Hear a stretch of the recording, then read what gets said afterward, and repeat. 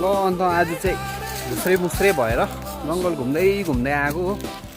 गति नभने गम्बुट सम्बुट लाएर गति पनि मति भइसक्यो।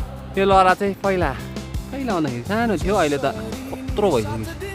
के दामी बनिसकेपछि अन्त अब बाजेले छोडिदिएको जमिनको जङ्गल घुम्न आएको दाहरूलाई लिएर हो। यही भिडमा खेलेर हुर्केको पहिला हामी दाजु र म। अब यो भन्दा पनि मऱ्यो, तर जङ्गलै जङ्गल मात्रै छ। दाउरा अलिकति हेर्नु आएको। कस्तो लाग्यो जङ्गल भनिदिनु होला कमेन्टमा। मजा रहेछ त के भित्र जे पाउँछ है।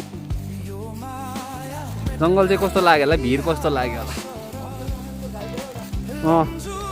अब टिङ्कु नपाए नि शिकार पाएन भने त तिमीलाई जस्तो लाग्दैछ।